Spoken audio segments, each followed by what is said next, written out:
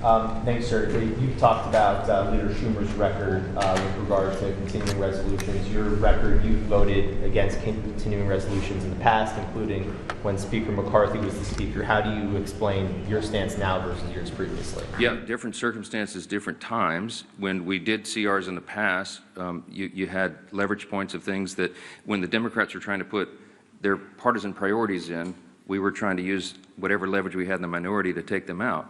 Very important distinction right now.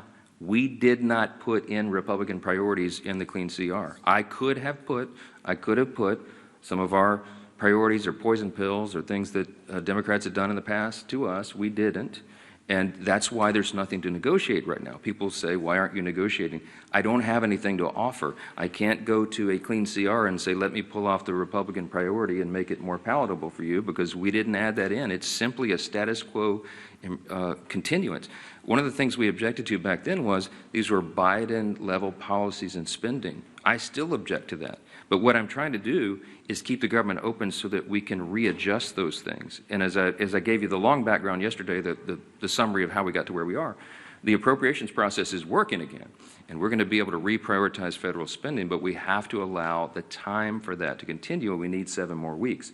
But every day that they keep the government open, it gives us less time to finish the job.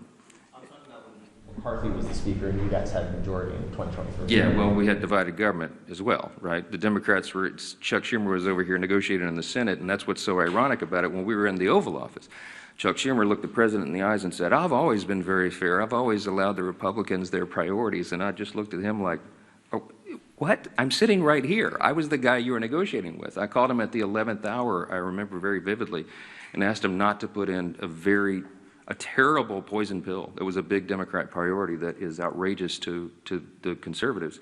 And he said, yeah, I'm sorry, Speaker, can't help you, and literally hung up on me, you know.